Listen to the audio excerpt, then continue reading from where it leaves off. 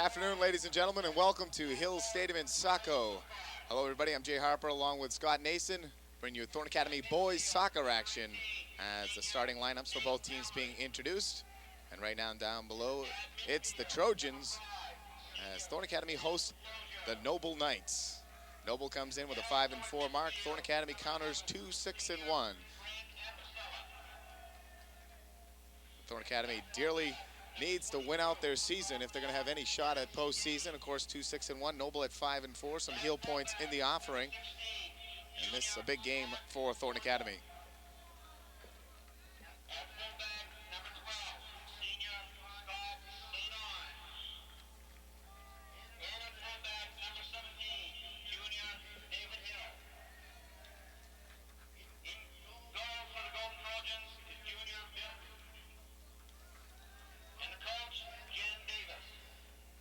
We complete the entire starters for Thornton Academy, coached by Jen Davis in her first year, coaching the boys soccer program at Thornton Academy.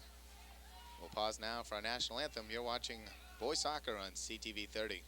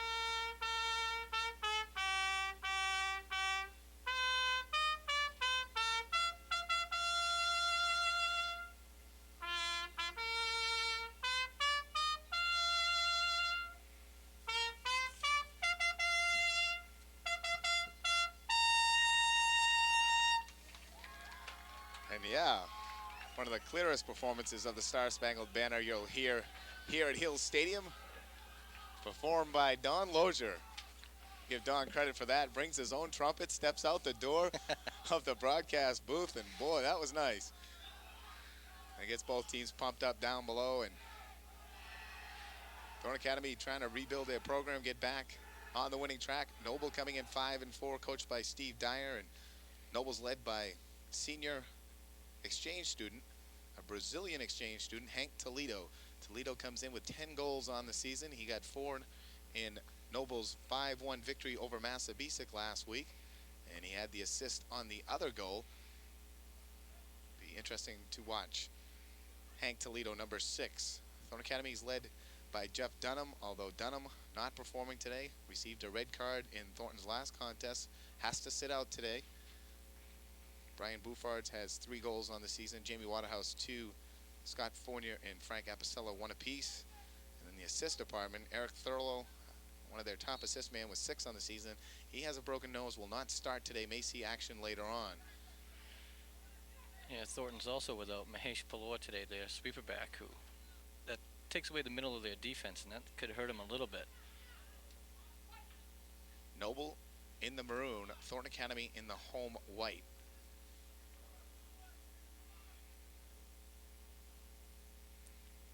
Dennis Gaines with the throw-in for Thornton along the sideline and out of bounds off Nate Allaire, and it'll be a throw-in for the Noble Knights. Coach Davis is benefiting from getting a lot of underclassmen some time this season to hopefully help out next year and in the years to come for this team. Big high kick held up with the wind by number 3, Eric Oleen, a sophomore for the Knights. And she was telling me before the game, very impressed with our sophomore class. They're very good, and there's a lot of kids that are playing soccer, and she looks forward to a couple of years with them. That sophomore class is really the first group of kids that have come up through the rec department program and have been playing since they were in the first and second grade. So there's some talent in that class, and hopefully they will continue to grow and continue to play the sport. Noble controlling a good shot out in front, and it's picked up by Parody. Good kick by Eric O'Lean of the Knights. As we saw in yesterday's contest, again, a very heavy, gusty wind, and it'll affect play this afternoon. There's always a wind here. Seems like it can be. Break in for shot. Ooh. Score. Hank Toledo, as we were talking, got a clean breakaway. 4 Noble Knights bearing in on Bill Parody. Didn't have much of a chance on that one. No, they need to tighten up their marks a little bit more. You can't give any team that much room inside your offensive third of the field. Otherwise, that is what's going to happen. So Noble breaks on top early, and they take the 1-0 lead. Just had a little bit of a defensive breakdown there. They left their marks. Sometimes defensively you get in the habit of chasing the ball, and when that happens you have a tendency to leave your man, and down on that end of the field you can't do that.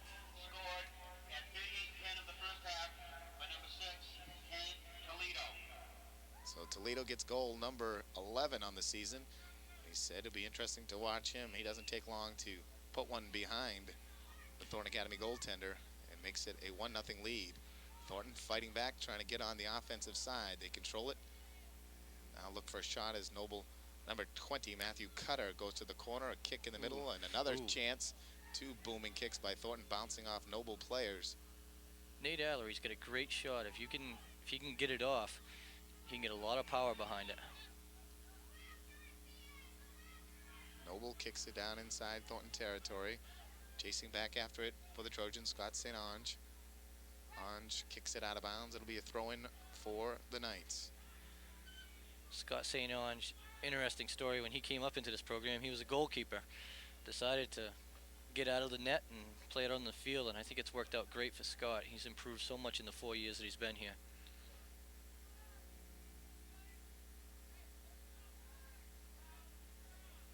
St. Ange kicks it away.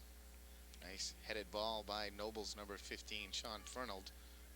Fernald, 5 goals on the season for Noble. Can see the wind's going to keep Thornton hemmed in a little bit.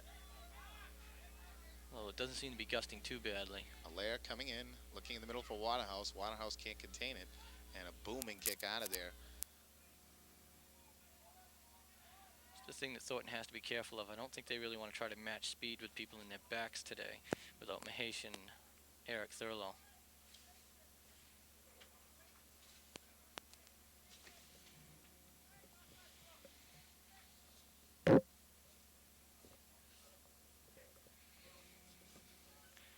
Nice ball right down the side. Brian Buffard's another one who would play soccer year-round if he had the chance. Chance in the middle, and there Van, and then Waterhouse, and saved by goaltender Verville. Those are 2 of the sophomores right there, Waterhouse and Buffard, who are going to help this program. Had more time with the ball than I think they realized, and Waterhouse got off not the best of shots. Once you get the ball inside the 18, you never know who's around you, and you just want to get rid of it sometimes, and you don't realize how much time you have. But coach yells at you if you hang on to it too long, and they yell at you if you don't get rid of it quick enough. So can't really win sometimes. Coaches wouldn't do anything like that, would they, Scott? Not at all.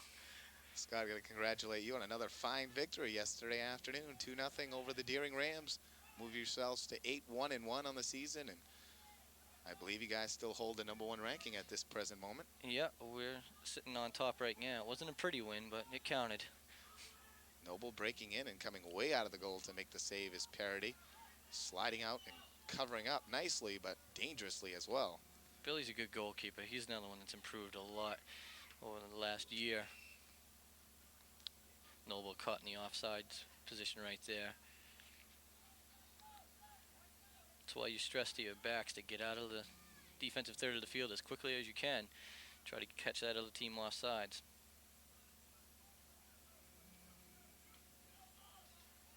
34.5 minutes to play. First half, Noble leading 1-0 on a goal by Hank Toledo.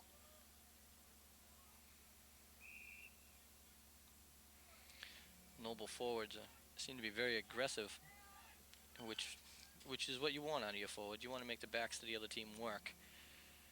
Don't want to give them any freebies.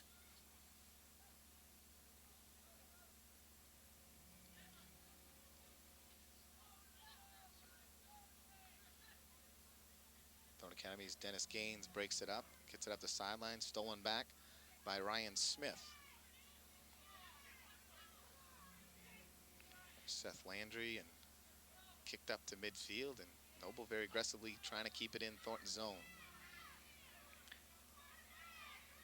Seth Landry possesses probably the most speed of anybody they have up on the front line. They need to try to work that to their advantage whenever they get the chance. Give him a chance to get out on the wing and let those legs get moving. See again, Noble caught in the offsides.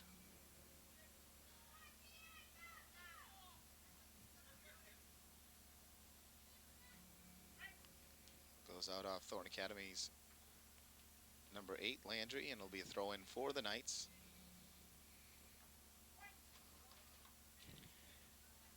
Ken Keel with a tough head there as he knocked it right out of bounds.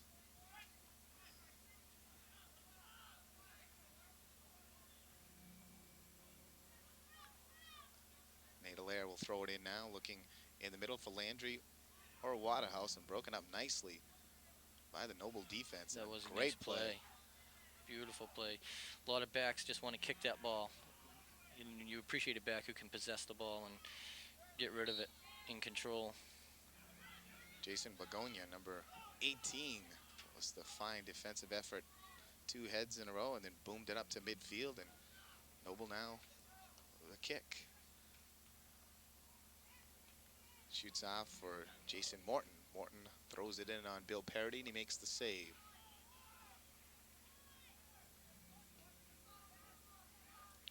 Billy having a tough time getting those punts off today. I don't know if it's the wind or sometimes goalies just getting those stretches where they can't get the ball off their foot if you paid them.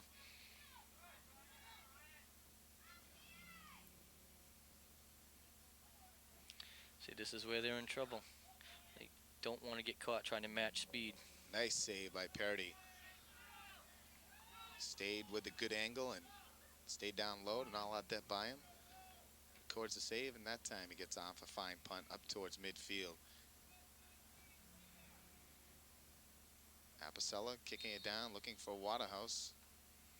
And they whistle him out of bounds before they kick it off. I believe they called Waterhouse offside, which was extremely close. It's hard to tell from this angle whether he was or not. The exact offsides call ruling is there a... I was afraid you'd ask me that. Is there a place on the field that it's, or does it always have to be the ball in front of the rest of the team? Good kick in, and Parody up to make a fine save. You cannot be offsides in your own end of the field. You have to, has to occur on your offensive half of the field, and it's from when the ball is kicked. So as soon as that person's kicked, you are free to go behind the defense. If you to chase down the ball, you cannot be just goal hanging in front of the goal waiting for that ball to be kicked down to you. There always has to be a defender in between you and the goal. And see, Thornton's hanging even, and you have to be a step in front now. Okay, and it's the defensive position, so if the defense stays way out in front, then so do you. Yeah. And a lot depends on their positioning. All right, we got that. If you have good speed in your backs, you do that. You push right up and keep them up so you can keep the offense out of your zone longer. The teams that don't want to do that are the teams that are a little bigger and a little more physical and don't have the speed in the backs. Those are the teams that will give up a little more space to you.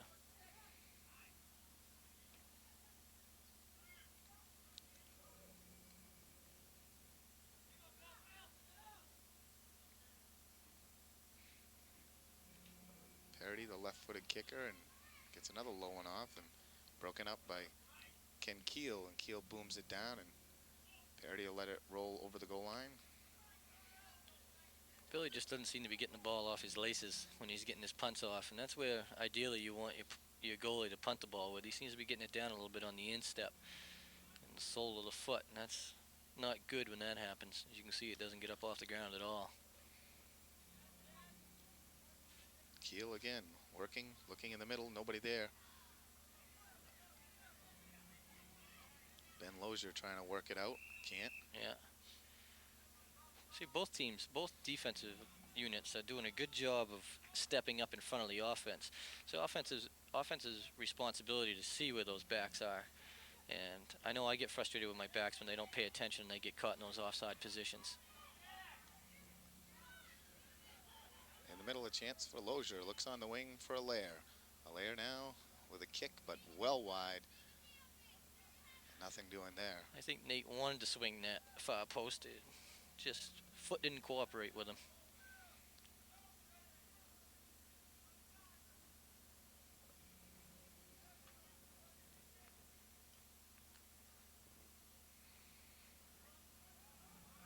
Nice play there by Scotty Fournier, not to let the back of the forward step in front of him and get that ball. Thornton trying to use ball control. They're nice passing. Ball. A nice little flick by Nate Allery. Nice move there by Lozier. It's blocked out in front by Noble's number 15, Sean Fernald. Eric O'Lean trying to work it up the side, loses it out of bounds, and Allaire will toss it in. Going for Lozier. Lozier with a good head for Waterhouse. Waterhouse trying to cross it. Thornton back over for Allaire. Good passing right now. And a kick inside nice the middle. Ball. And it's loose and still free. Oh. And covered up by goaltender Verville. What a great play by him. He lost it momentarily and a great chance for the Golden Trojans. It was a nice ball by Nate Allery. Brian Buffard, wingback's not marking him very tightly, and he slipped right into the seam. Got to mark those people up. Brian's an aggressive player inside the 18 as well. He can sense when the ball's free, and he goes after it very well.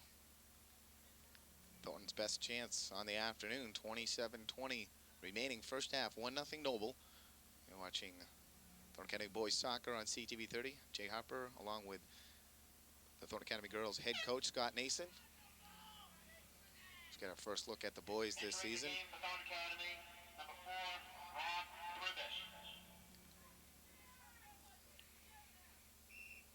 Rob Pribish coming into the game. He should add some ball control to the team. Rob's played on I believe he played a summer for the Olympic Development Program for the state of Maine, and very good athlete. I think he's one of those athletes that a lot of people in the school don't realize how good he is because he's a non-traditionalist, you know, with the sports that he does. But Robert can do a lot of things to help this team.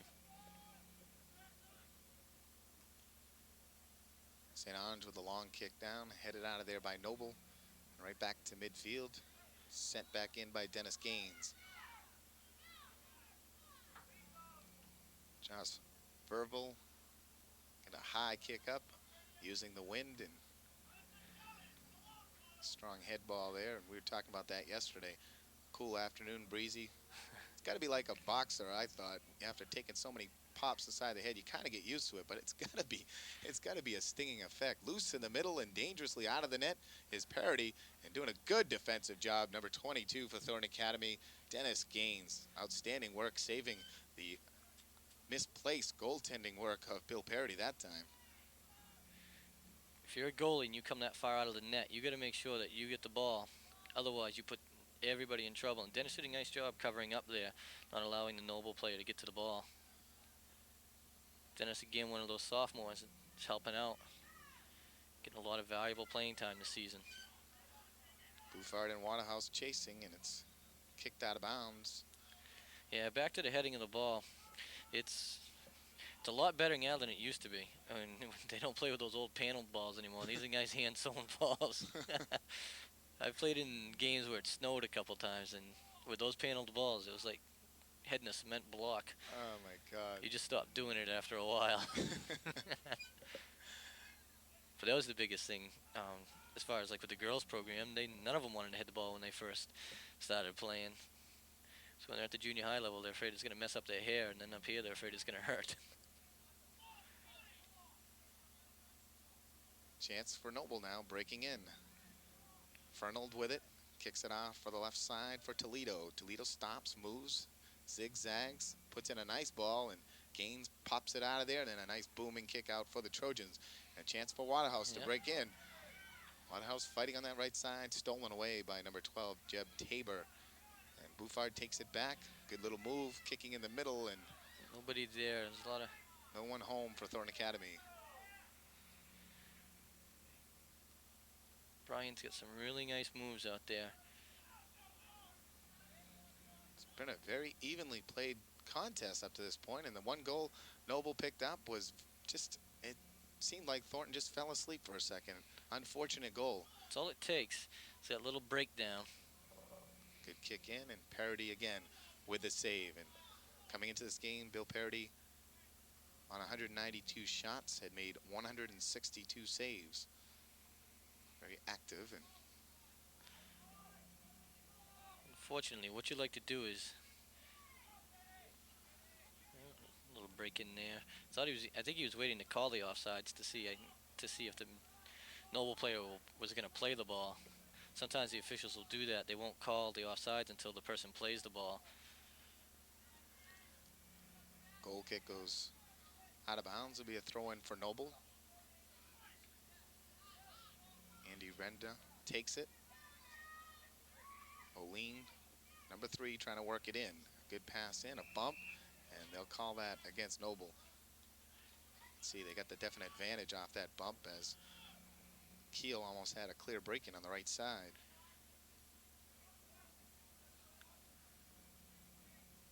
You generally like to only see a goalie have to make 4 or 5 saves during the course of the game that tax him. You know, you expect to see him make 10 or 12 saves, but you don't want to see him on the ground a lot. And so Billy's had to make his share of them this year.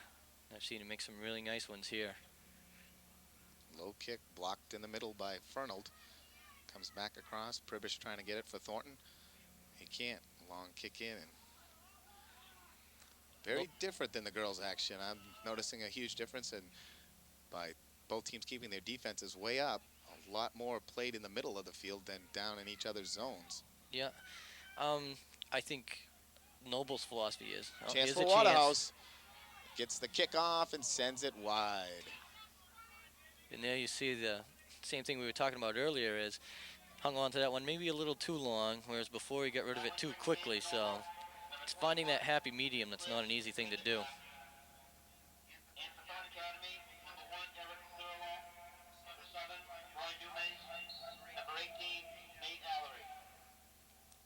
This will be interesting to see how Thurlow makes out.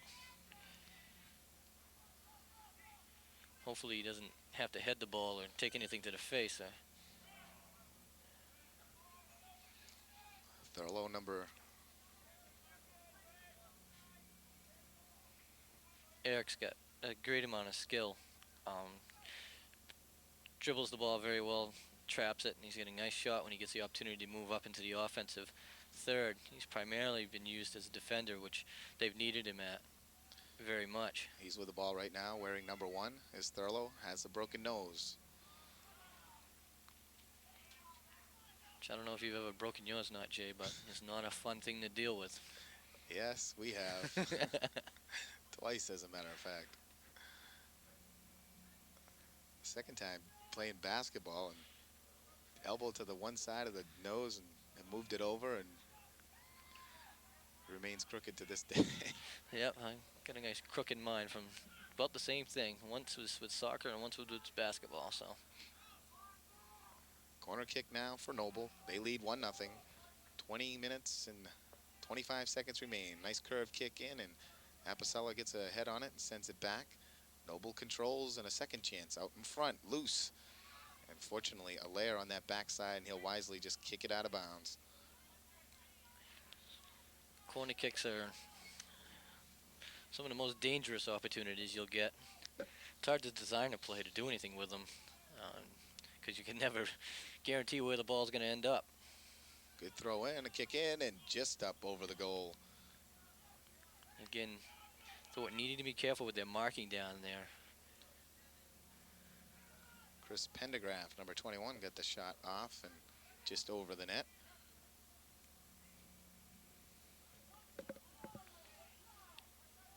Now Thurlow will take the kick. See, there's just too many Noble people right now in the middle of the field that aren't being marked up tightly enough.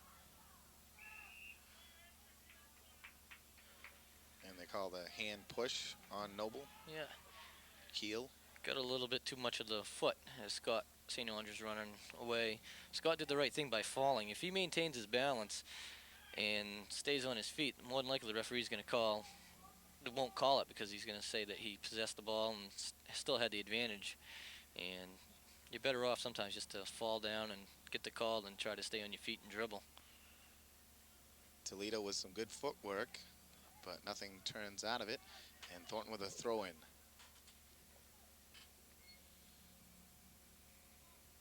Noble appears to want to get the ball to Toledo as much as they can, which makes sense.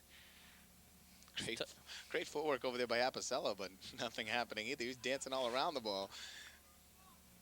Finally now. A little push in the back there that didn't get called. Kick out and a break in for Noble. In comes Keel, one-on-one. The shot just goes wide. See, Thornton had a wingback way on the other side of the field that kept that player on sides. So if you're defensively, if you're gonna pull up, everybody has to pull up because all it takes is that one person puts the whole team in trouble there. Noble has a lot of tall, gangly players on their roster, and Thornton seems to have all the short, stocky players. Seems to be something in Saco. Same thing with the girls team. We don't have a lot of size. We got a couple tall kids, but outside of that, we usually are the smallest team on the field when we play. Nice pass out by Rob Pribish. Dumas looking for Thurlow. Thurlow now kicked out of there by Cutter. Eric's going to be a little tentative at first, I would think, until he feels totally comfortable out there on the field. Not wearing any protective gear over the face. You would think they could have come up with something to protect his nose a little. Yeah, I don't know if Eric didn't look for it or if if the school didn't have anything or what happened there, but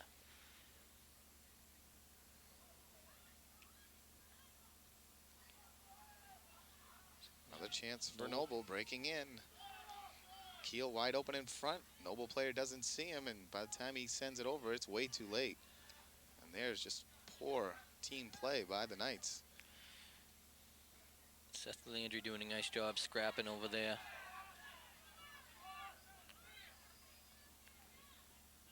Noble will just send it out of bounds. He had throw in for Thornton Academy. Trailing 1-0. 16:35 to play first half. Trojans coming in 2-6-1 on the season. Noble at 5-4. The Knights have 2 victories over Massabesic, 1 over Biddeford, Cheverus, and South Portland. They've also lost to Portland, Deering, Edward Little, and Lewiston.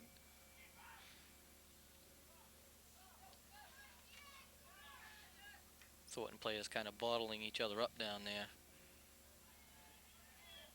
Dumas looking in the middle for Apicella. They just misconnect. Noble's just looking to hit that ball long and let Toledo run onto it.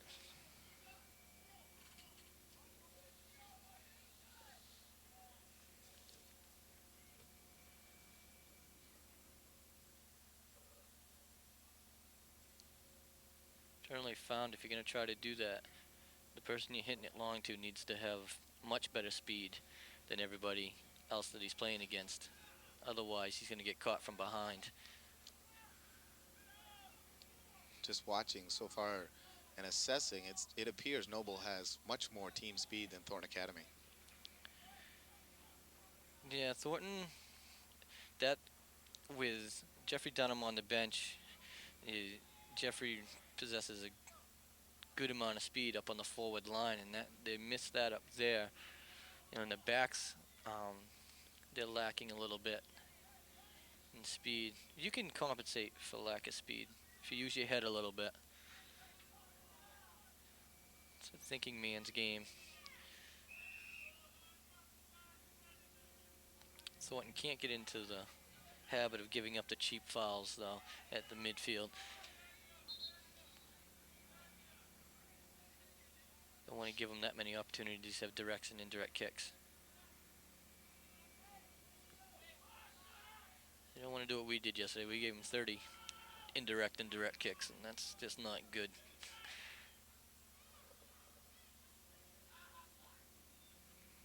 It's a nice ball. Kick in, headed back, and luckily Parody was on his toes because almost a head in by his own player. See, Billy's struggling right now. He can't figure out. Shot, a fine save, but it's loose out in front for Keel, and he knocks it home.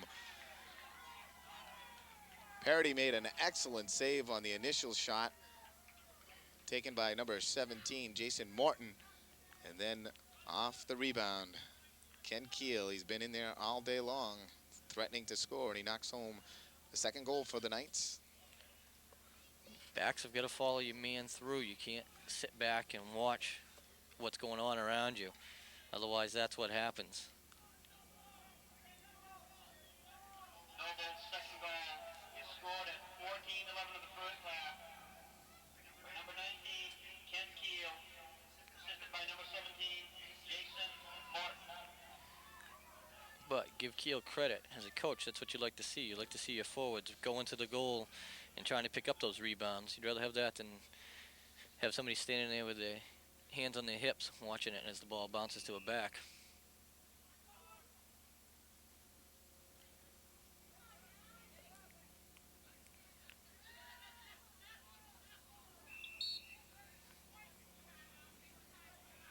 Thornton needs to put some passes together. Don't get caught trying to kick the ball long.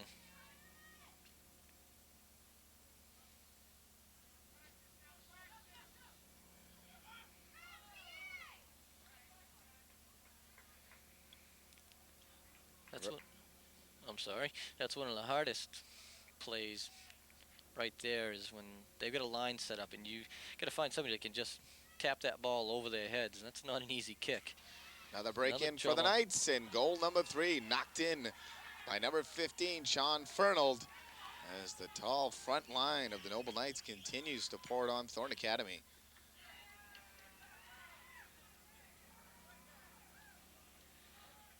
Quickly, 3-0. It's unfortunate. Thornton was starting to, they gave up the one quick goal, and then they had some good opportunities. Last thing you want to see is an opportunity for them to knock in 2 quick ones like that.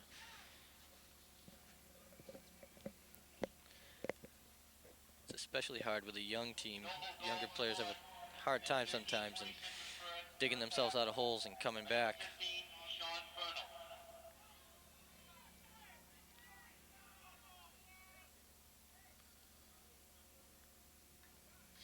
You look at the front line of Noble. You got Keel, Fernald, Toledo, and Morton, and they're all right around 6 feet tall and a little more tall and skinny with good speed. They get good size, and you had that with the speed, and it's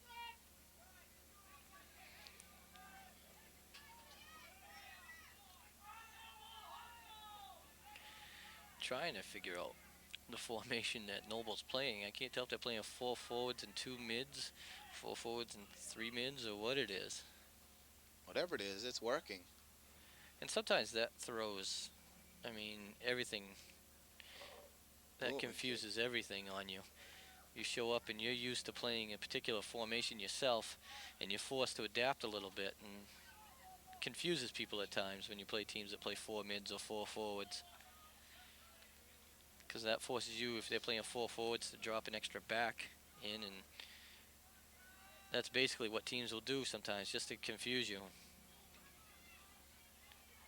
You know, the girls team, we have a hard time with that when we play non-standard. Teams that play a non-standard formation, we don't know how to always adapt to it. Deering was all over the place. Their players went everywhere, and we had a hard time adjusting to that for a while. Got to be happy with the performance of Amy Thibault.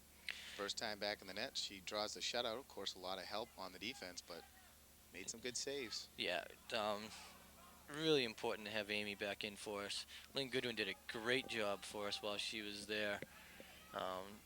Anytime you get your backup goalie in and you play 9 games with your backup goalie and you are in first place, you've got to be happy. And Lynn certainly should be happy with herself for the job that she did.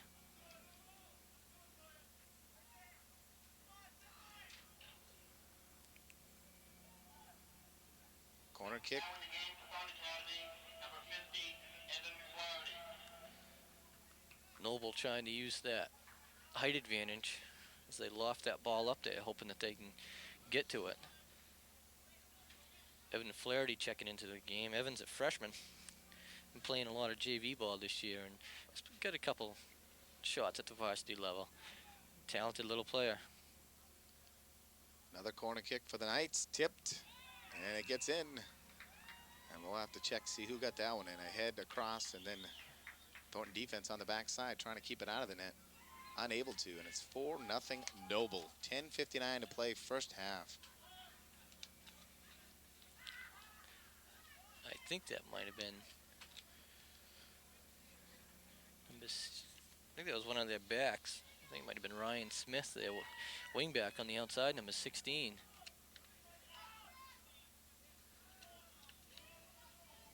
And give it to Fernald.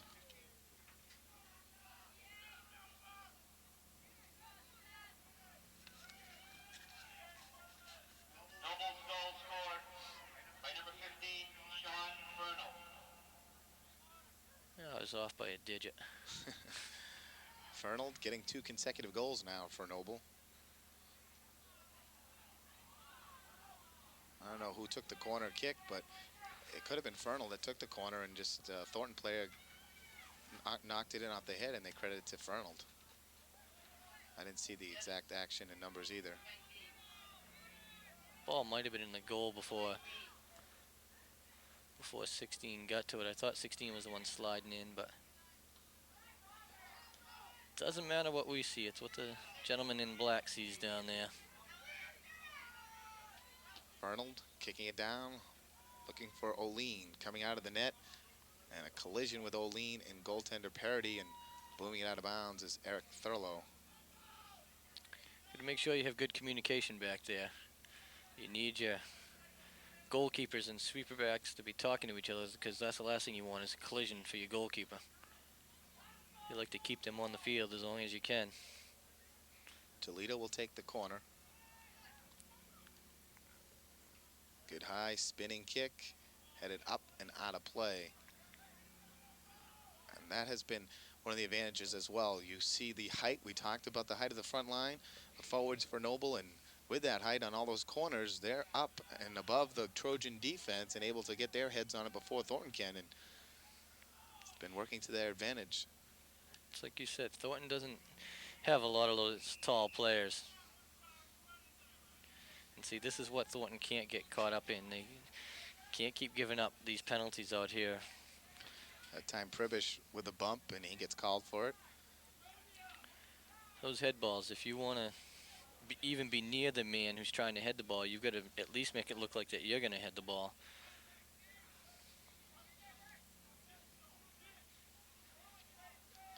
Steve Dyer, the coach of Noble, speaking to him before the game. Real nice man.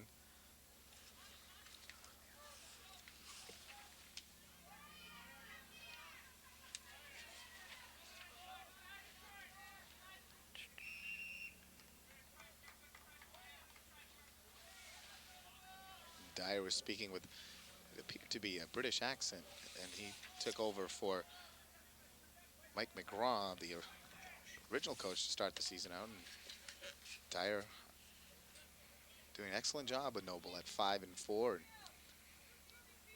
seems like a fun guy to play for. Well, of course, he's benefiting from that old exchange program, which Thornton has done in the past as well. So it should be a prerequisite. Which sport needs the most help, and whatever it is, that's who ought to be coming to the school. In the game for Thornton Academy, number 19, Josh Abu. If the hockey team needs a good player, let's go over to Sweden or head right up to, do like UMaine does, head right up to Canada and grab them from there. Yeah. That'd be a good area to go to. The one thing you're finding, though, is a lot of the exchange students that come in here, you have to be very careful because some of them have already graduated from their secondary institute from whatever country they're from, which makes them ineligible to play varsity soccer or any sport in the United States. I have an exchange student on, that's a nice cross. I have an exchange student on the junior varsity team for myself from, I believe she's from Spain, and she's already graduated from her school in Spain, I believe, so she's not eligible for varsity soccer for us, but she comes practice every day and plays on the JV team and has a great time. So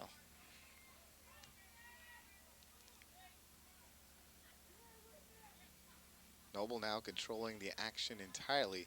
Thornton with very few chances here in the first half. They now trail 4-0. Dumas tries to get one down the right side, and it's kicked out of bounds by Begonia.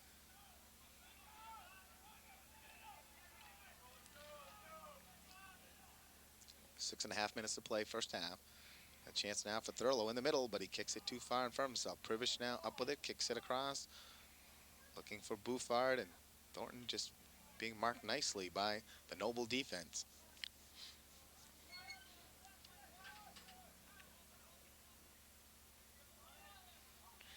sometimes when things aren't going well, the ball just won't bounce for you, even on any part of the field.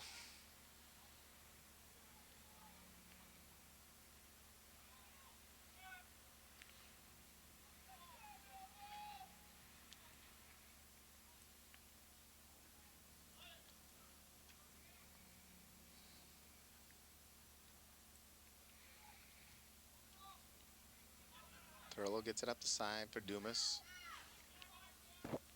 Tries to make a run on it, knocks it out of bounds off a Noble player. Flaherty will take the throw in, gets it for Thurlow. Thurlow back for Flaherty. Flaherty kicks it up. It's headed back out of bounds, and Thornton will have another throw in down to the 5-minute and 20-second mark in the first half. Thornton looking for its first goal. Still got to give Eric a lot of credit. I'm not sure that I would be out here this quickly after breaking my nose. He did it, I believe, Saturday or Sunday. He seems to be still playing pretty physically.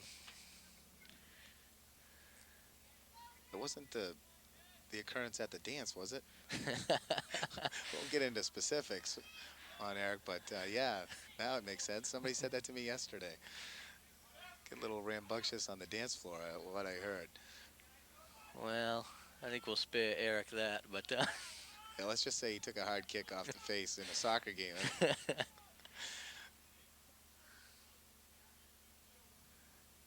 He is out playing and doing a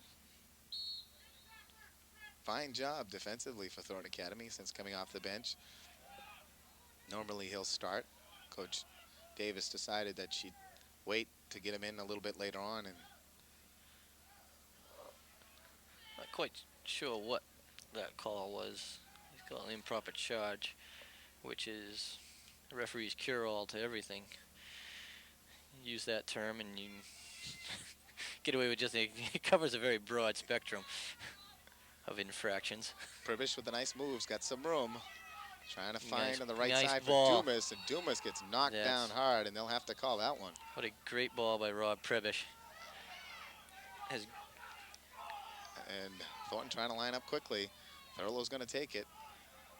And now they decide a little movement, and they kick, and a high booming kick well wide of the net. Thornton with their first big chance and unable to convert. There's a really nice pass in there by Rob Privish. Great vision of the field to see that man coming in from the far wing. Now, in that type of kick, it has to be touched first by another player, then you can kick it directly on at an the goal. indirect, yep. Indirect has to be touched by somebody. It doesn't have to be somebody on your own team. It just has to be any player. Some coaches with that type of kick will just tell you to line it right into that melee in the middle and hope it bounces off somebody.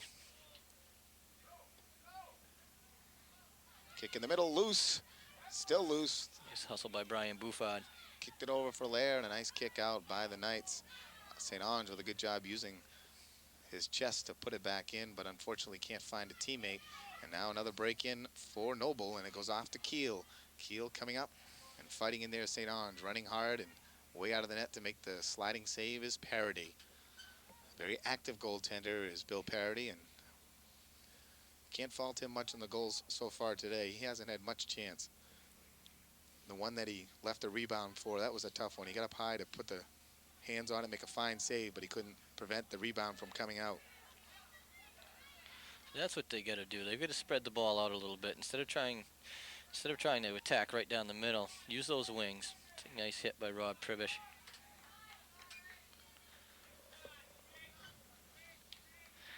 Thornton's getting some better opportunities, but stemming from their work ethic changing, they're working a little harder to get to the ball. And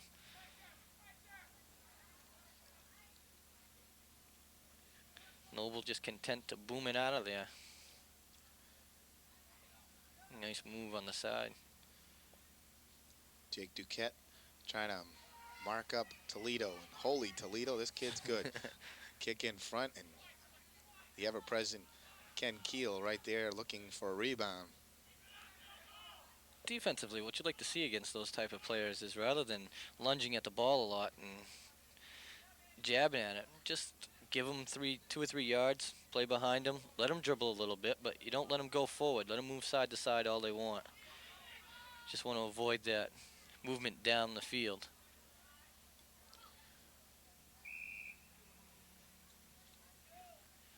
Offside called against Noble. Down to a minute to play, first half. Noble leading Thornton Academy 4-0. You're watching Thornton Boys Soccer on CTV 30. And check your local Channel 30 listings for time and dates of the rebroadcast. We'll catch it a few times as the girls' action this past week. An excellent win over Deering yesterday, 2-0. And as you were saying, Scott, maybe not the most exciting, but, you know, I think back to that game, just about everyone that played for you yesterday played outstanding soccer, really fine efforts put forth by everybody, right from your sophomore class right up through, and even had a freshman, Suzanne Pickard, playing some time for you yesterday. Everyone working hard, and Stevens' girl played well for you yesterday. I've done a few games now, and that was her best performance that I've seen. Noble's got another breakout. That's what they got to be careful of. Good save by Parody as Fernald gets a fine shot in. Yeah, Kelly Stevens has she's been a find this year. One that I don't think anybody expected, but has been a nice pickup for us this year. An excellent goal scored by Jen Roberge. That was an excellent kick from 20, 25 yards out. That ends the first half here at Hill Stadium in Saco. The Noble Knights leading the Thornton Academy boys soccer team by the score of 4-0. Jay Harper and Scott Nason with you. We're going to take a break and come back with second half action right after this.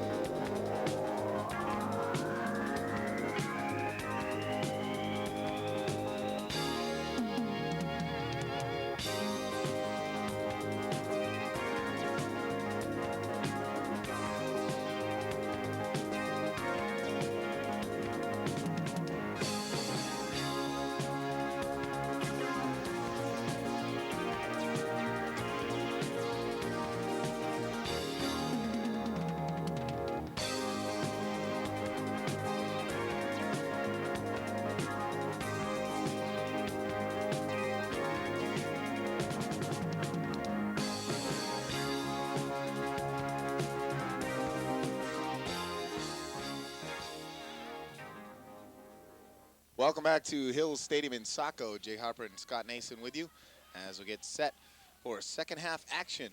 Thornton Academy boys trailing 4-0 to the Noble Knights. And we're underway as teams will trade ends, and the wind hopefully will play a factor in this one and help Thornton Academy's second half effort. Thornton certainly coming out more aggressive. Apicella with a shot blocked in front.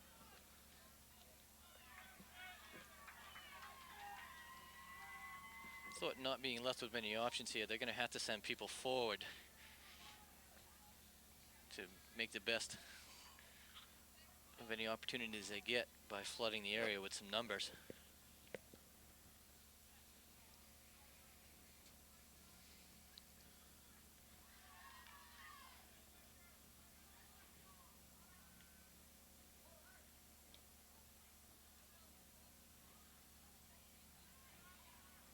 Pribish with a kick along the left side.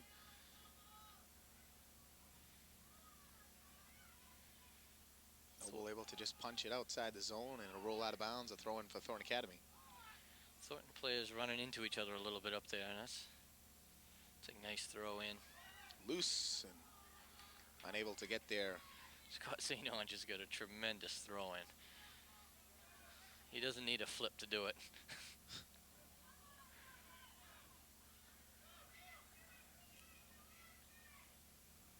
Lozier kicking it down in, going long, and Verville coming way out of the net.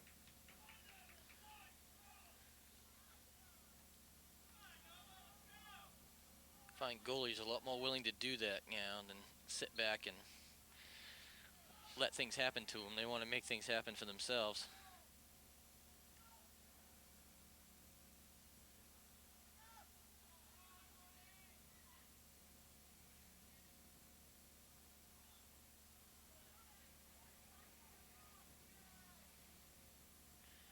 See, that's the type of ball control I was talking about to Eric Thurlow.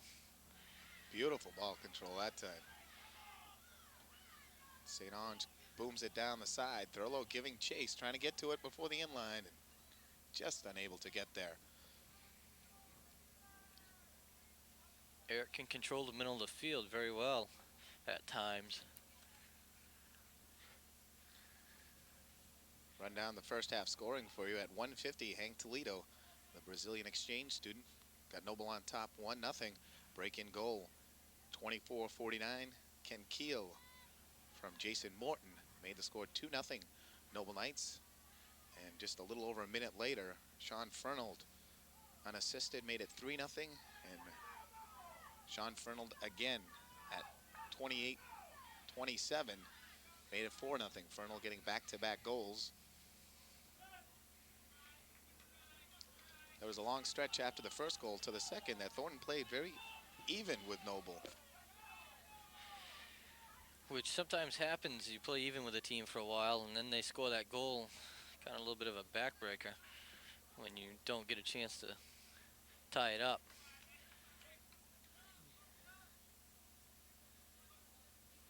Suffer a little bit of a letdown.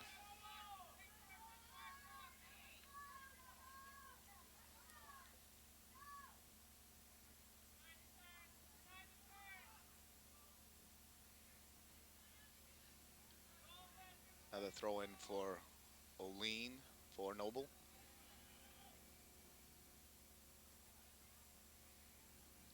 Nice long throw. Fernald picked up his 6th and 7th goals on the year. Toledo his 11th, and Noble without one of their other high scorers, junior Doug Bruce. Coach Dyer telling me before the contest that Doug is on a hunting trip. I'm glad Doug doesn't play for me.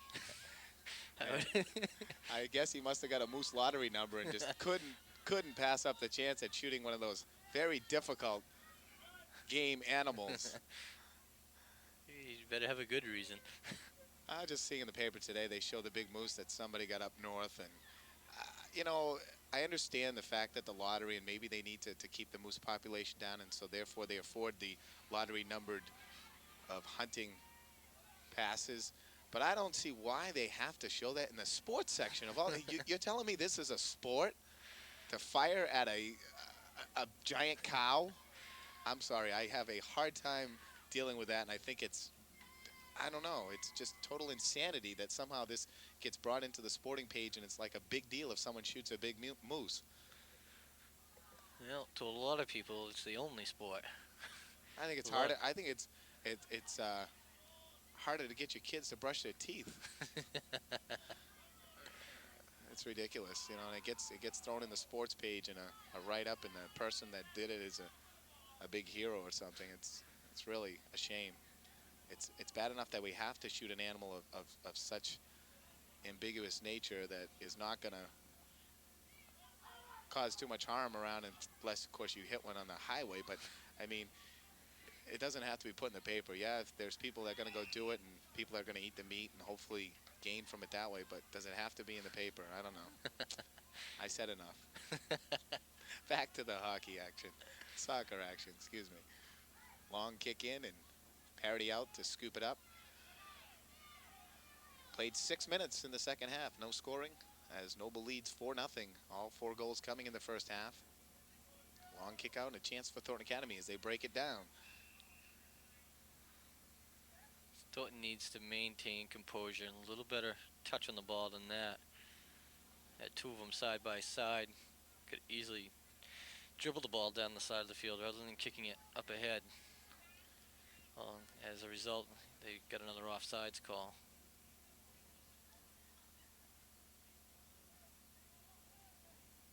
Noble comes out, and a fine kick out by Trojan Scott Fournier. Gets it well up the sideline. I think Scott's playing a little out of position today. I don't think he usually is in the backs. I thought he was up on the line, forward line, or a midfielder. But again, Coach Davis kind of putting people in position by necessity today with the injuries and with Jeffrey Dunham not being able to play. She does have the luxury of not having her JV team playing today, so she can pull a few of those players up and get some help from them, as she's getting from Josh Abood and Evan Flaherty.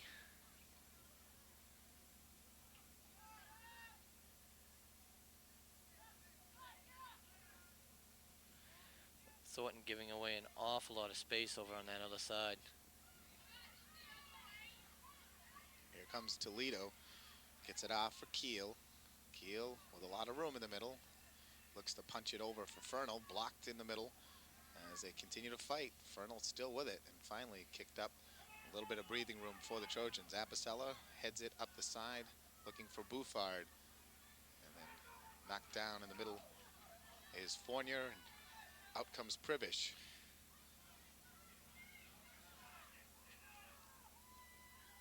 Bouffard with a good steal, looking in the middle. A nice passing attempt. As Brian Bouffard certainly is working hard. loose in the middle, And there shot it is. scored. The Trojans get on the board. An excellent shot by Bouffard, and Thornton Academy breaks into the scoring column. And good effort by the forwards of Thornton Academy. They stayed in there and fought hard, and finally the ball came free, and a powerful shot as Bouffard beats Verville. Good work in there by Josh Abood.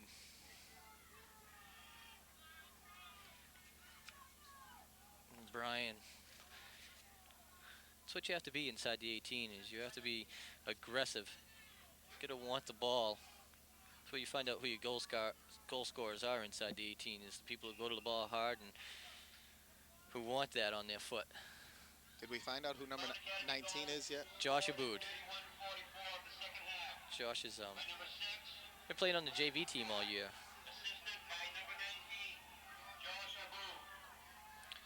Nobles defense giving up a little space. It's on its own right now. And Abood gets the assist on the goal.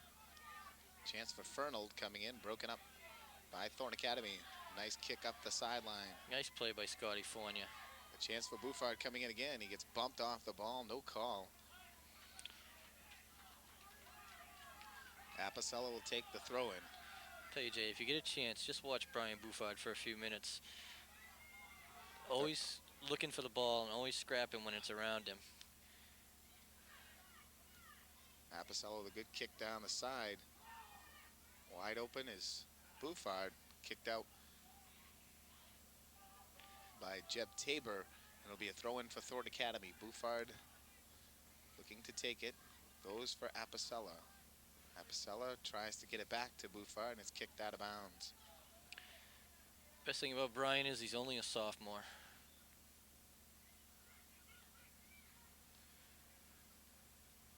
As I said earlier, Coach Jen Davis in her first season coaching the boys program. A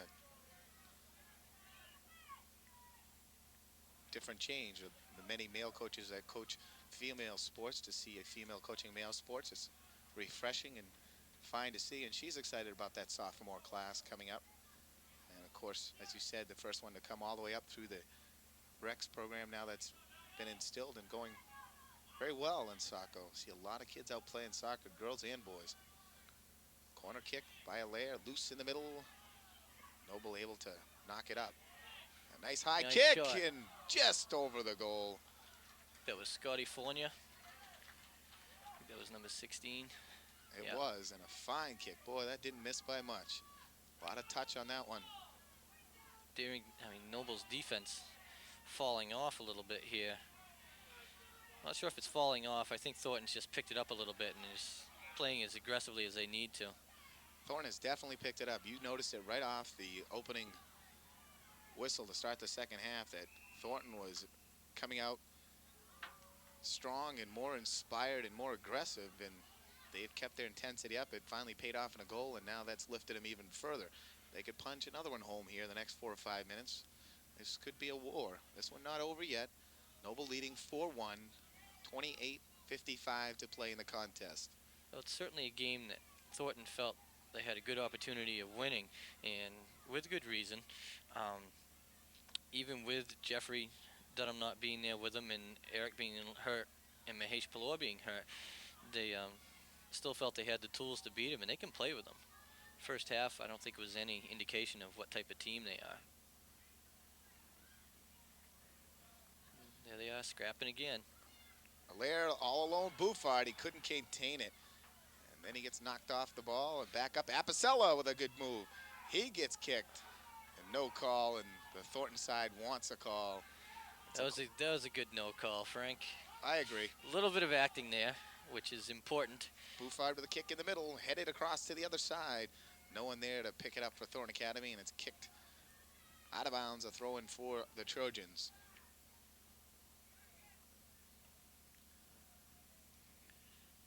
Jay Harper, along with the head coach of the Thornton Academy girls soccer team, Scott Nason, and the girls are in first place right now, and only their second year as a varsity sport at Thornton Academy. 8-1-1 record. Traveling to Sanford tomorrow night in a big contest and back home to face Noble on Friday. We're looking very forward to tomorrow night. That would give us if we beat Sanford tomorrow, girls and I were talking about it today, would give us an opportunity to do something that we kind of wanted to do at the beginning of the year, and that was to beat everybody that beat us last year. Bouffard breaking in. He's running in between two defenders, and he gets broken up. Comes back in. Apicella now trying to get a handle on it. It's kicked over the end line by Noble. No, They call it against Thornton. Anytime you extend your arms like Frank did, even though he felt he was being pushed himself, anytime the referee sees you extend your arms like that. Gonna give him a yellow card. Too close to the zone. That was very questionable. That was about, what, 9 yards instead of the 10? Well, I don't know. My understanding of it is, if the offensive team doesn't ask for the 10 yards, and the referee doesn't tell you to back up, they shouldn't call encroachment. But the referee's argument is that it's in the rule book and you're automatically supposed to give them 10 yards. So, some teams use that to their advantage very well. Deering yesterday would give us 7 or 8 yards, and then they get a girl that got yellow carded for the same thing that Brian just got yellow carded for. Hers, at least, she definitely encroached. As soon as the Thornton player was coming up to kick the ball. She came charging at her. That time, he was just standing in his position. Break in for Thornton, and they call the hand push again.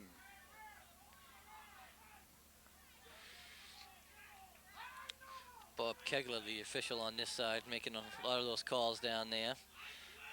Bob's been officiating for a while. Those are the fouls that they have to stay away from, though. That a very obvious foul called on Seth Landry. I mean, as a coach, you can excuse Frank's fouls for, he was being aggressive inside the 18, and that's what you want. But those fouls in the middle of the field where you're just not getting to the ball, those are the harder ones to take.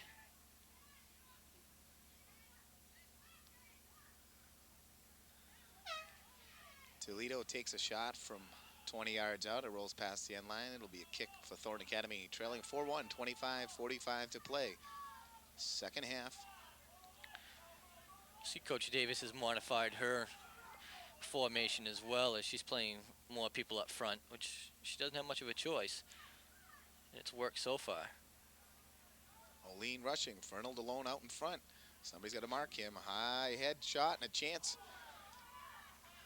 for 17, Morton. And Morton loses it along the end line. Chance for St. Ange, and he lost it out of bounds. Crowd much more boisterous, it appears, in the boys' action than the girls. Any reasons for that? No explanation. I guess they feel the boys more aggressive and they want to yell out towards the aggression. But I mean, the amount of people here, the girls get just as many people at the games, but this crowd screaming a lot harder and a lot louder. Jen Davis was saying earlier she grew up playing soccer from age 5 at Mount Ararat, and said, they didn't have football, everyone played soccer, and at the games they'd get tons of people out, and it's hard for her to deal with the lack of fans that come out and watch the game. But I mean, the difference, of course, and it's going to take a long time. First year in the stadium, that's a good start. That'll start drawing some more people as it grows. And then, of course, loose out in front, chance for Bouffard, and knocked out of there nicely by goaltender Verville. He knew if he caught that ball, he was going to also catch Brian at the same time. So in order to protect himself, he just pushed the ball to himself and ran onto it.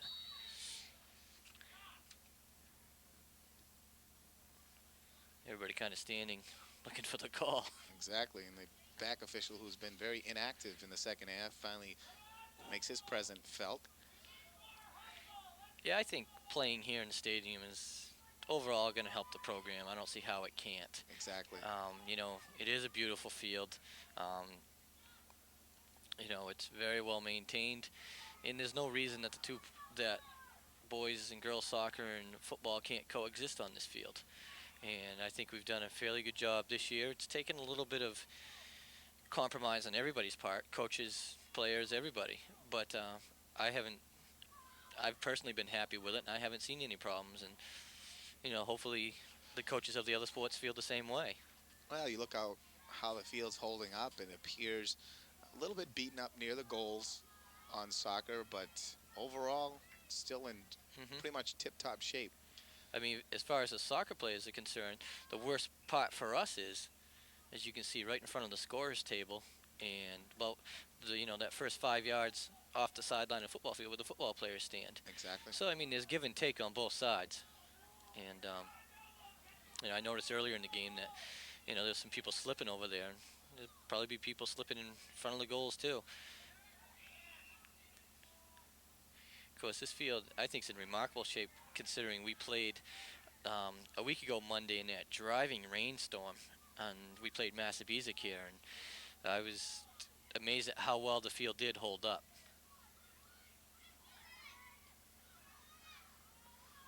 Thornton again putting on some decent pressure, not letting Noble into their end of the field much. And they'll get a corner.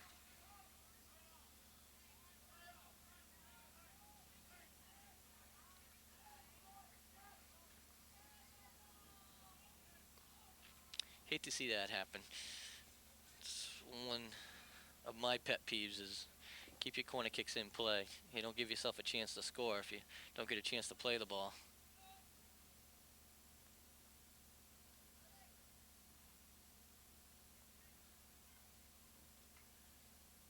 Just a reminder for all the folks to try to get out and catch one of these boys or girls soccer games if you're interested. Costs a couple of bucks now to come to the games, as playing on the stadium, they figure football charges, and of course we all know the despair that has come upon the athletic programs at Thornton Academy and Saco in general and many other areas with the user fees in place. They try to pick up more money anywhere and everywhere they can. Of course, there is now a charge to come into Hill Stadium and watch the game, but that money goes to the athletic program at Thornton Academy, so that's the good news. Missed pass there as Allaire looking for Apicella, streaking down the near side, goes out of bounds, a throw in for Noble. Morton with the ball, coming up the side. He's got Toledo with him. Good play by Thurlow to just kick it out of bounds and make Noble start anew. See, two good plays right there. Eric was trying to bait Toledo into coming at the ball so Eric could bounce it off him to get the throw in, and Toledo was waiting for him to kick it at him, so did a good job getting out of the way. Save made by Parody. Very busy on the day, much less though in the second half. See, number 20 gets the obstruction call there because he kind of hindered Apicella's progress to the ball. Apicella showed excellent speed that time at getting to the ball. Frank's got good speed. Frank just what we call selective speed. Uses it when he wants, I think. Little tap and a play, a nice kick for the other side, and Thornton had to play on all three defenders there, and that was near perfect, but an alert goaltending effort put on by Verville prevented that one. If he's not paying attention and he just lets that ball kind of curve away from the net, there's three Thornton offensive players there to poke it home on him. Rolls up, Apicella with Bouffard. Looks in the middle for Bouffard. Now Allaire comes over, gets it punched out of there on him, and Thornton kicks it back for Thurlow. Thurlow puts it up the side and goes out of bounds. Gotta make sure those wing midfielders and wings stay wide for you. Noble has about 6 fans down below, and they're matching vocals with the Trojan 70 or so on the other side. It's a long haul, Noble, to here. Sure is. It's one place I don't enjoy going to play, coaching at the middle school, going down there. Number one, you get some of the worst officials in the world. And number two, it's a heck of a drive.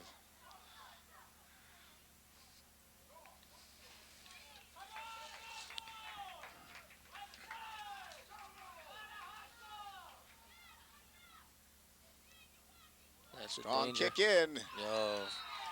Beautiful shot from downtown, and I think it's Fernald again. He has a hat trick.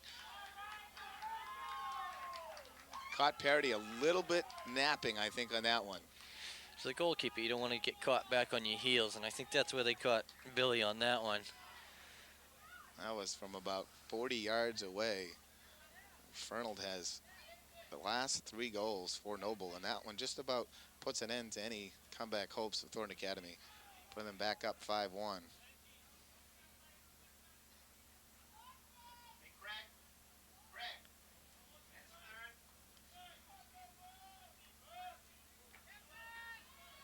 Goal comes at 21:32 of the second half. That sometimes happens to goalkeepers when you don't see the ball for a good portion of the half, and then all of a sudden you see one floating over your head.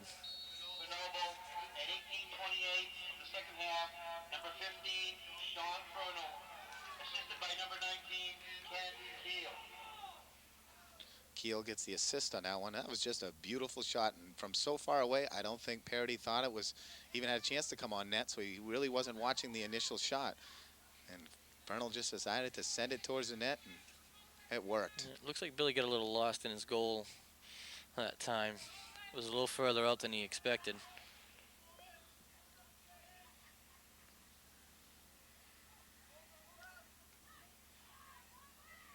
Thornton now has to maintain composure, keep working hard,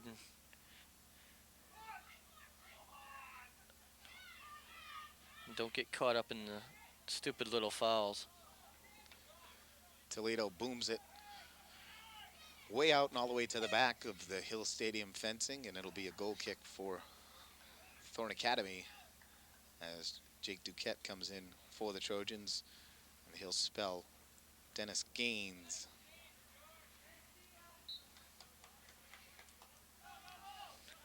Dennis having to do an awful lot of work out there on that wing back. Dennis, again, as you were saying before, with Thornton, he's not a real big kid. He's playing against some bigger kids, and that takes a toll on the body. Chance for Leia, a lot of room, should send it in. Nice He finally hit. does. And a good shot on goal. It was earmarked for the right corner, but a fine save by Josh Verville. That's the shot. If Nate can get that off a lot more often, it'd be very beneficial. Morton coming and trying to stay with him is Fournier. Fournier able to get back in. A nice kick, and it just goes over the top of the net. A great rush by Jason Morton.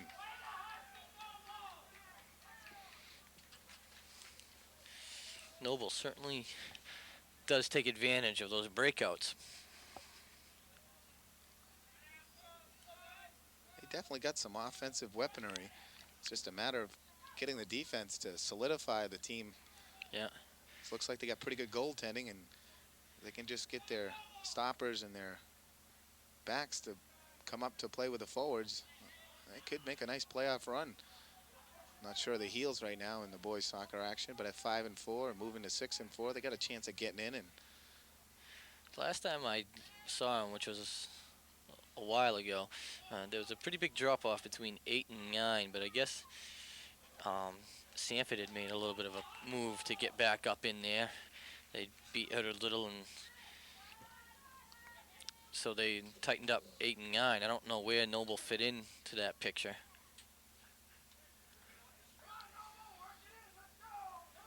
Never have been able to grasp the concept of heel points very well, so. You're just glad George Mendos is around to exactly keep us on top of these. Otherwise, I wouldn't have any clue to where I was. That was nice yesterday to have the girls' heel point standings current, right up to date. And George keeps them right up to date for me now, and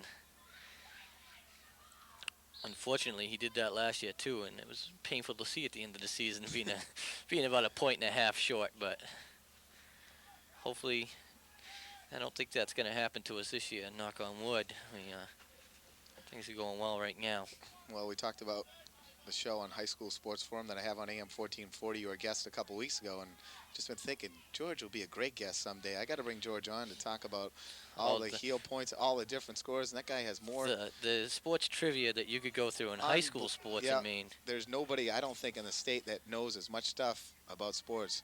Great rush by Morton, good kick out in front, a diving head attempt. That would have been by Fernald. Wow, that would have been beautiful. That was about as pretty goal as you would have seen. That was the prettiest near miss you'll ever see too. A great rush by Jason Morton, a beautiful shot across the crease, and Fernald was diving across, just lunging his whole body. See, again, you tell your backs to force your wings out wide down to the end line, but you don't want to let them turn the corner. It's very similar to basketball. You don't want to give up baseline. Well, you don't want to give up the end line. Let them come down and break at you like that, because your goalie really has his hands tied when that happens. And then as soon as he makes a break for that ball, all that forward has to do is push it right through in the middle, and there's an open goal for somebody. So Hank Toledo sends it off for Fernald. Back for Toledo. Yeah, I think George would make a great guest for you. He knows so much about track and field, and he'll tell you who won the 100-yard dash back in 1967. He'll say, you want Class A or B on that one? The amazing thing is, high technology. Everybody has these computers to keep everything on. George has his clipboard. And that's high tech. All paper. I love guys like that. That's who I am. I still do my math, multiplying it out myself. I don't use those computers and that calculators and adding machines. That's the other thing. He doesn't need calculators or adding machines when it comes to numbers. Chance for Waterhouse, break it in. Coming out of the goal, and Waterhouse kicked it too far in front of himself. Too far in front. got to keep that within yourself because as soon as you see the goaltender make his break, that's when you got to send it off. And Waterhouse had it too far out in front. That to me is what that's a sophomore type mistake. And, Jamie's going to be a good player. Loose in front, Keel with a chance. He's going to let it go in. And Parody got kicked, and he's down and hurt.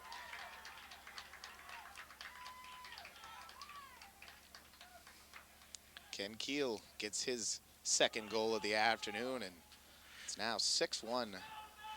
I got to think if I was the Noble coach, I'd be starting to look to unload my bench a little bit. And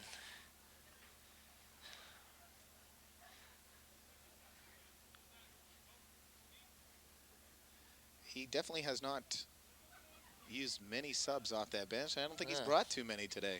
He's only got a couple. So he's going to change keepers now. But if I'm a team that's looking to... Scoring Noble, sixth goal. Number 19, Ken Keel. Assisted by number 6, Ken Galito. So I'm a coach looking to make a bid to get into the playoffs. I want to Academy, number 44. keep myself as healthy as I can. Andrew Tripp in for Thornton is another freshman getting some varsity action. Good hard worker, great kid. Coached him in baseball up at the middle school. And Yeah. his kick in front, almost a chance. And Pribish, No. he'll draw a yellow on that one, I think. Yep. That was a move of frustration by Rob Pribish. The goaltender made the save, and he threw a shoulder in on him.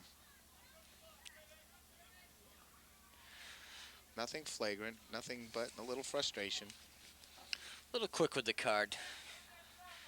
Just thought you'd get a warning. Or maybe he's seen two or three times that Thornton's been doing it.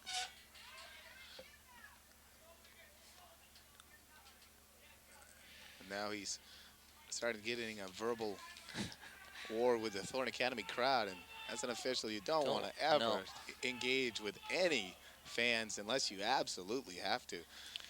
Bob's officiated many of the games that I've played in myself, and we had a very interesting relationship. I've seen that card flash over my head a few times by him.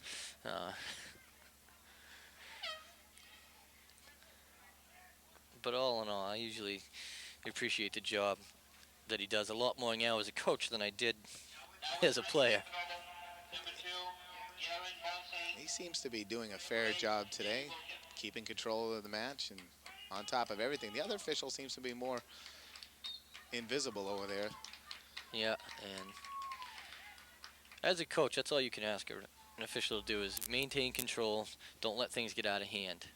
And, as you saw yesterday, the Deering coach got asked to leave the game with one of those red cards, so that's something that you don't want to see happen. But he was a little frustrated, thinking that the officials would let the game get out of hand. So, as a coach, you do what you have to do to protect your kids, but... You took a little abuse before the games. I was talking with some of the people down there, and they said there was a coach here yesterday worse than you were on the officials. Yeah, I've been known to be fairly hard on him, and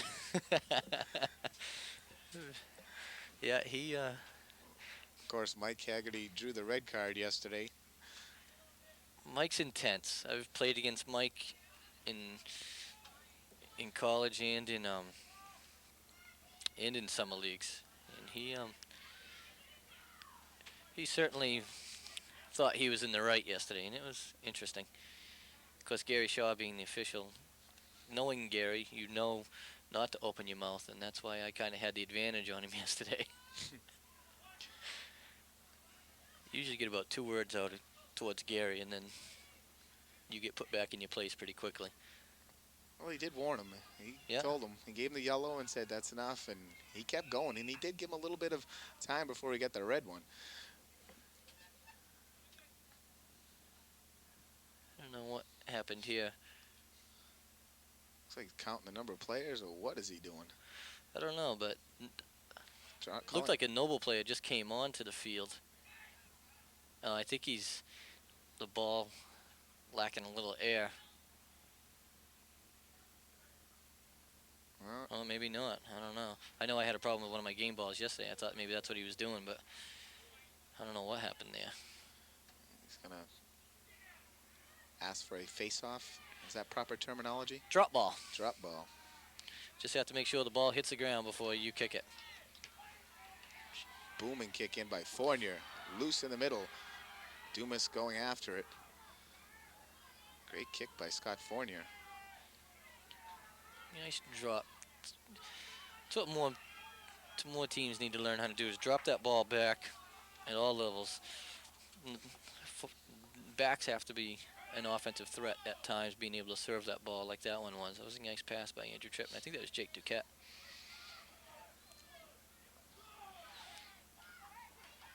Billy's got to be careful here. And the call goes against Thornton Academy, and but this is what we were talking about. Toledo is down. Now getting up appears okay, but yeah, Bill coming way out of the net that time, and he wasn't able to get to it before, and only the aggressive takedown by Lozier saved a break-in easy goal opportunity for Toledo, which still could happen now as the Brazilian exchange student lines up. The kick goes high and over the net. But still, with, I believe that's 8 minutes left. I don't know why he's in the game. Well, again, you look at the bench, and there's 3-4 players down there. There's only 4 extras, and I believe he's got, those are all starters sitting down there. You got Morton, looks like he carries 3 goalkeepers, which is... Cutter, number 20, maybe the only sub that's not in there right now. Cutter has played, but I think he would be labeled as a sub. Nice long kick touch down. Fernald with a kick across. Just rolls wide as Fernald looking for number 4 in the afternoon. Hank Toledo has 1, Ken Keel 2, and Sean Fernald has 3 goals for the 6 Noble goals. Thornton Academy's 1 scored by Brian Bouffard, assisted by Obood. See, Toledo certainly does have very nice touch with the ball. Can just loft that ball into place. Fernald came in with 5 goals. He's going to leave Hill Stadium with at least 8, 3 on the afternoon, and Keel's picked up a couple, and that front line looks very, very good to me. I don't know what else to say, but they are outstanding soccer players with good speed, good size, use their heads well, and do some good passing for each other, too. They do work well together. It's important to know, that's the most important part, is you can have 2 or 3 of the best players around. It doesn't do you any good if they don't work well together.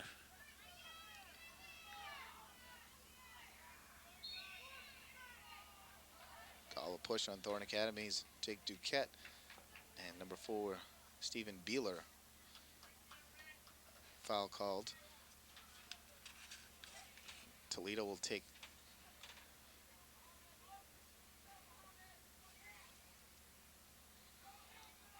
low kick across, and Parody picks it up through the middle.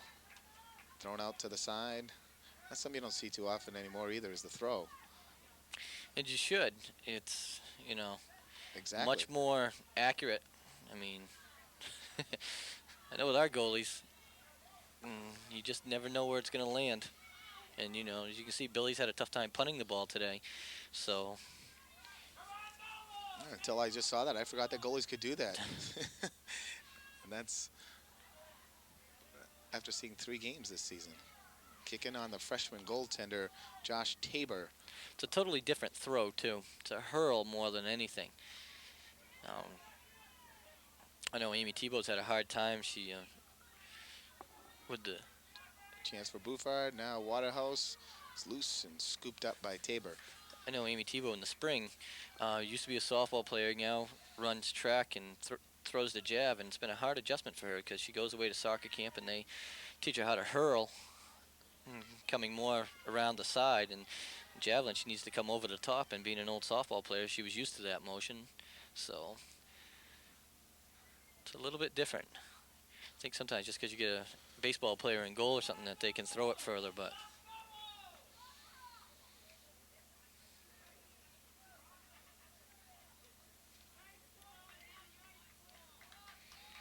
Tripp gets a nice kick down through, but Dumas can't get to it, and it's scooped up by Tabor. Only a freshman and getting late duty in this contest as Noble leads 6-1. Jay Harper along with you, doing color as head coach of the girls soccer program, Scott Nason. Steve Poulos on the camera this afternoon on a cool, blustery afternoon at Hill Stadium. The clouds have rolled in and it's dropped 5 or 10 degrees. That's for sure. As soon as the sun went in.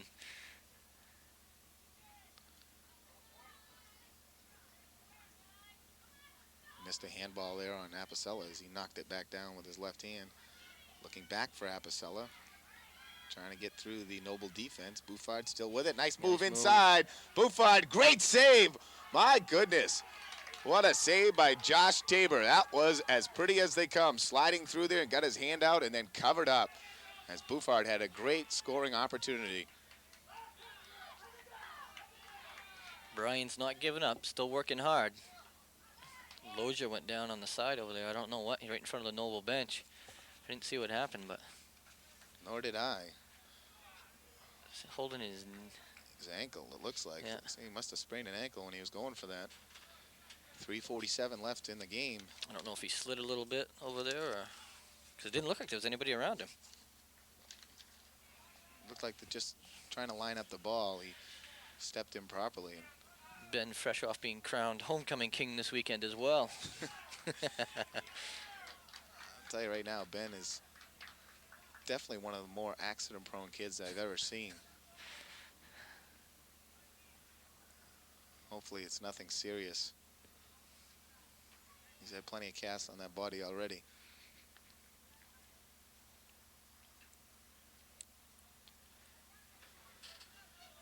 See, looking around the field for Thornton, no, out there now. And you got Bouffard, the sophomore, Waterhouse is a sophomore, Tripp and Flaherty, 2 freshmen. Duquette's a junior, Fournier's a junior, I believe. Fournier is a junior. St. Ange is a senior, and Apicella's a senior. What year is Dumas? Dumas is a junior. Junior, so I mean. A lot of good young players, and we've seen a couple of freshmen come up. Flaherty and Tripp. And Brian Bouffard is going to become a goal scorer probably next year. Another year of growth, more speed and more strength. Brian will be right there. And Noble now counters with a third goalie after that great save by Tabor. They bring in sophomore Ryan Euler.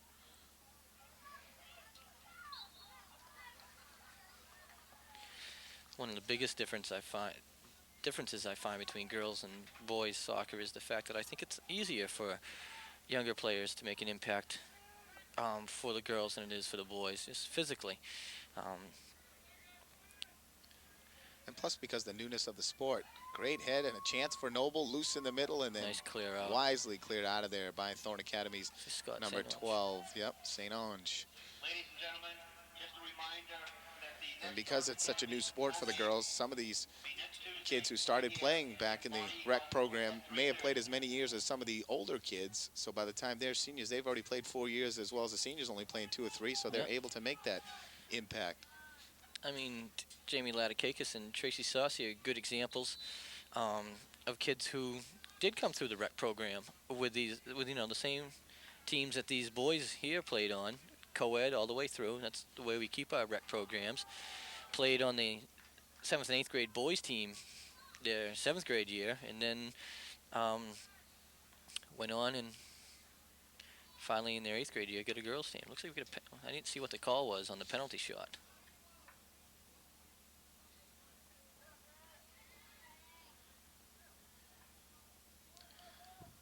So a penalty shot for the Noble Knights, and Holy Toledo. Hank Toledo is going to take it, number 6. Looking to add to his 1 goal on the afternoon, and Parody to square off. Here it comes. A little chip kick, nice and take. What a beauty. Talk about touch. You said he has fine touch on the ball everywhere he goes, and that was a fine example. Not much on it, but plenty of touch as he puts it into the far corner penalty shots don't have to be kicked excessively hard. Anybody that puts them in the side panels like he just did, you're not going to stop them. She got a goalie that's about 8 feet tall. That comes at 37-25 of the second half, and Toledo now has 10 goals on the season, and it's now a 7-1 game for the Noble Knights. Just a reminder that we're showing a lot of these games in the mornings as well. If you happen to be home and you work afternoons or evenings and you got a chance, check our program listings for the time and dates. We're showing some of these in the mornings, even the football games getting added showings. So the girls and boys soccer this week, we got another contest covering your team again, Scott, here Friday afternoon versus the same Noble Knights. Of course, won't be the same. They'll Hope not. presumably have longer hair, and I don't want to see Toledo on the field against my team. nor Sean Fernald. But the big game tomorrow for you guys versus Sanford, 8-1-1 of the girls team. And if you're watching, we encourage you and invite you to come out and watch the games live, not just at home. Outstanding players on the girls varsity soccer team. Adakakis, Nikki Motiel, and the list continues from there. It's good underclassmen as well, but those two are just two of the best in the state. You'll see them on, I would think, the all-state team come the end of the year. Well, it's hard. All state's hard. You know, all conferences voted on by the coaches. All states voted on by a lot of newspaper people, and we don't get a whole lot of coverage, unfortunately. All things being as they are with the Journal's having a tough time covering a lot of the local games. They've cut their sports page down, and the Press Herald, the only time we're going to see them is if we're in Portland. So. Well, they'll definitely get all conference then, and I would still think You that would they hope. would have to know. They would have to know about these two players. Well, teams are starting to realize, you know, the Deering coach spoke to me after the game yesterday and said, you know, we knew you had Motel, we knew you had Ladakakis, but he goes, we found out you got 12 or 13 other girls too, so that was a nice thing to hear.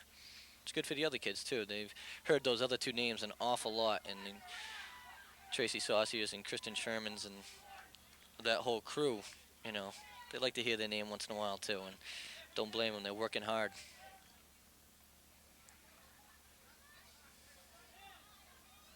I'd like to give a quick mention to the boys' freshman football team. I had a chance to see them play last Friday as we wind out the contest here. And outstanding play. They stay undefeated on the season, and great performances in that one by Ryan True on running the football. You'll be hearing that name as long as he stays healthy throughout his high school career. Boy, he's going to be a good one. Tailback, a big kid, and he runs over people with great speed. Outstanding game. And then on defense, this young man I've never heard of before Friday's game, Dennis Hunt. And Hunt was all over the field defensively, along with Joey Bovai and Chris Durant, the quarterback. But they stay undefeated, and I wanted to plug them in the football game and in the route this weekend. I had so much time to talk about things, I forgot to talk about it. Call me crazy. But we'll get that in, and the game has concluded this afternoon as the Noble Knights move to 6-4. Thornton Academy falls to 2-7-1. Noble with a great offensive performance by Sean Fernald, Hank Toledo, and Ken Keel as they score all of Noble's goals. 3 for Fernald, 2 for Keel and Toledo. And Thornton Academy picking up a lone goal from Bouffard.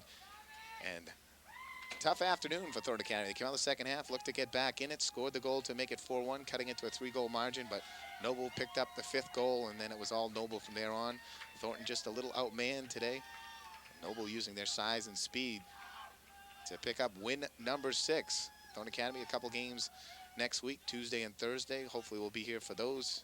Check your listings for more times and dates for these rebroadcasts. I want to thank everyone for bringing us here, and best of luck to Jen Davis and the boys soccer program as they continue on. Thanks to my cameraman today, Steve Poulis, as he braved the cold and stayed up here with us. We stayed down below today to stay a little bit more protected. Even the cameraman, we've been down here in the booth and we've been sticking Steve up top, but he came down with us today. And Scott, I got to thank you. Great job with the girls program, continued success, and we'll see you in the playoffs. And good luck tomorrow with Sanford. And thanks for coming aboard with us today and doing a great job with the color commentary. Well, thanks for having me. hopefully you'll see us in the playoffs. That's right. We definitely see you in the playoffs. We just don't know where yet. Well, we want to be here. That's right. It'd be nice to be back at Hill Stadium and maybe get that first round bye if you finish up number one. I know there's a lot of good teams out there. All right, thanks for joining us today. You've watched Thornton County Boys Soccer on CTV 30. For my cameraman, Steve Poulos, and my commentator, Scott Nason, I'm Jay Harper saying so long. We'll see you again real soon.